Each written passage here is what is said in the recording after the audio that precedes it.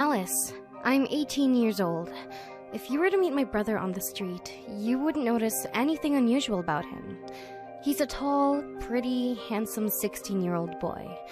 But if you had X-ray vision, you would be horrified, because inside his skull, where a brain should be, it's empty. It was a normal Sunday evening, and my parents and I were playing Monopoly. Kevin was 8 at the time. Suddenly, he fell to the floor, and his whole body began to shake. That's when the nightmare began, and it continues to this day. Doctors diagnosed him with epilepsy. Worldwide, 1 in 15 people suffers from this disease, and it seemed fairly non-life-threatening. But as days passed, the number of seizures increased to 20, 30, and then 40 per day. After another examination, it turned out that Kevin had a much more serious and dangerous disease.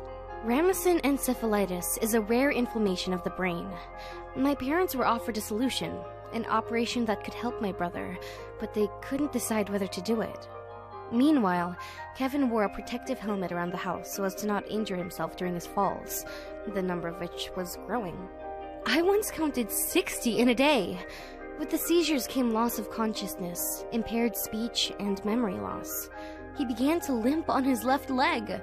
No matter how terrible the operation seemed, it couldn't go on like this anymore, and my parents decided to move forward with the operation. So, 8 years ago, a little more than half of the brain was removed from my brother. The entire right hemisphere and parts of the adjacent tissues. After the operation, Kevin woke up half paralyzed. His entire left side became weak and ceased to function. He lost vision in his left eye and he couldn't speak normally. It was awful to see him like that. Then there was intensive therapy for 10 hours a day.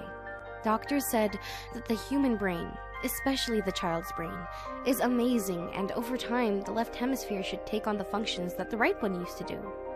We saw this prediction realized with our own eyes. It seemed like a miracle, but gradually the left side of his body began to work. The vision in his left eye was restored, and most importantly, he began to speak again. But everything turned out to be more complicated than we thought, because shortly after this joy, another shock awaited us. Kevin began asking us whether the operation was successful and when he could go home. He did this every day. It turns out that they had removed the part of Kevin's brain which was responsible for long-term memories. So, every morning when he'd wake up, he couldn't remember what had happened the day before. He could only remember events before the operation. New events seemed to be erased from his memory every night. My parents seemed crushed. I always bought fresh comics to the hospital, and Dad would read aloud to Kevin, but then I stopped buying new ones and just read the same one every day. Every day, it was as if he was hearing it for the first time. One day, when I was reading the comic for the 50th time, he suddenly finished a line for me. He even knew what was going to happen to the heroes next. His memory was returning. It took Kevin a little over a year to fully recover. His left hemisphere has been working properly for 2 years now. Yet, he's still not the same Kevin he once was. He has become very reserved and holds a lot of things in. He communicates with few people and spends more time alone reading, drawing, or writing in his journal. But none of that is important, because the main thing is that he is with us, albeit with only half a brain. Thank you for listening to my story and the story of my family.